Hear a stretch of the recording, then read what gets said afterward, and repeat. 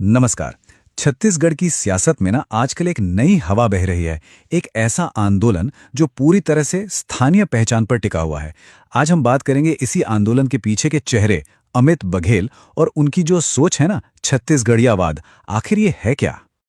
अब ये सवाल सुनने में तो बड़ा सीधा लगता है ना? पर ये उतना ही कंट्रोवर्शियल भी है। और यही वो सवाल है जो अमित बघेल की पूरी पॉलिटिकल आइडियोलॉजी की नींव है। चलिए समझते हैं कि कैसे। तो ये हैं अमित बघेल, जोहार छत्तीसगढ़ पार्टी यानी जेसीपी के सबसे बड़े चेहरे। वो सिर्फ एक नेता नहीं है, बल्कि छत्तीसगढ़ की राजनीति में एक ऐसी आवाज बन गए हैं जिसे अब अनदेखा करना बहुत मुश्किल है। उनकी कहानी देखिए किसी सियासी खानदान से नहीं आती, बल्कि ये शुरू होती है जमीनी संघर्षों और आंदोलनों से। उन्होंने छत्तीसगढ़ की दिक्कतों को ना सड़कों पर महसूस किया है, और शायद यही तजुर्बा उनकी राजनीति की असली ताकत है।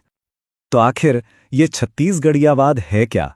वो कौन सी सोच है जिस पर उनका पूरा राजनीतिक आंदोलन टिका हुआ है? आइए इस कॉन्सेप्ट को जरा समझते हैं। देखिए, छत्तीसगढ़ियावाद का जो मूल सिद्धांत है वो बहुत सरल है। उनका मानना है कि छत्तीसगढ़ के जल, जंगल और जमीन पर पहला हक यहाँ के मूल निवासियों का है। बस यही उनकी पूरी राजनीति का सेंटर पॉइंट है। और इसी सोच से ना एक सीधा टकराव पैदा होता है, भीतरी यानी लोकल बनाम बाहरी। उनका तर्क यह है कि राज्य में जो भी विकास हो रहा है उसका फायदा स्थानीय लोगों को नहीं बल्कि बाहर से आए लोगों को मिल रहा है, और इससे यहाँ की संस्कृति और मौके दोनों ही खतरे में हैं। पर देखिए, ये लड़ाई सिर्फ पैसों या नौकरी की नहीं है, ये अपनी सांस्कृतिक जड़ों को बचाने की भी है। इसीलिए वो छत्तीसगढ़ी भाषा, यहाँ के त्योहारों और परंपराओं को बढ़ावा देने पर बहुत जोर देते हैं, ताकि इस राज्य की जो अपनी पहचान है वो बनी रहे। तो चलिए अब विचारधारा से हटकर ये देखते हैं कि उनकी असल मांगें क्या हैं। वो कौन सी ठोस नीतियां हैं जिनके लिए वो लड़ रहे हैं। उनकी सबसे बड़ी और कह सकते हैं सबसे कंट्रोवर्शियल मांग स्थानीय युवाओं के लिए प्राइवेट और गवर्नमेंट दोनों सेक्टर में 90 से 100% तक का आरक्षण। और बात सिर्फ यहीं खत्म नहीं होती।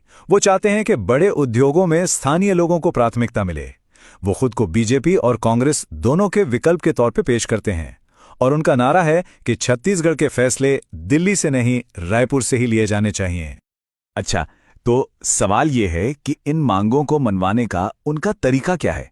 क्योंकि उनकी काम करने की जो स्टाइल है ना, वो उनकी विचारधारा जितनी ही अहम है। उनका तरीका ना बड़ा दिलचस्प है। वो पुराने और नए दोनों तरीकों को मिलाते हैं। एक तरफ वो सड़कों पर उतरकर धरना प्रदर्शन करते हैं, तो दूसरी तरफ सोशल मीडिया का बहुत आक्रामक तरीके से इस्तेमाल करते हैं। और उनकी जो भाषण शैली है वो सीधी सपाट है, सरकार से सीधे टकराने में कोई संकोच नहीं। और उनका ये अंदाज ये एक खास ग्रुप को बहुत पसंद आता है। उनकी सबसे मजबूत पकड़ है राज्य के बेरोजगार युवाओं और छात्रों के बीच, जो उनकी नौकरियों की मांगों में अपने भविष्य की एक उम्मीद देखते हैं। तो आखिर में सवाल ये उठता है कि छत्तीसगढ़ की राजनीति पर इनका असल असर क्या है? क्या ये सिर्फ एक और आंदोलन है या फिर इससे कुछ ज्यादा है? देखिए, उनका सबसे बड़ा असर ना एक प्रेशर ग्रुप की तरह है। मतलब वो बड़ी बड़ी पार्टियों पर दबाव बनाते हैं कि वो स्थानीय मुद्दों पर ध्यान दें, वो मुद्दे जिन्हें अक्सर नजरअंदाज कर दिया जाता है। अमित बघेल की कहानी हमें एक बहुत बड़े सवाल पर लाकर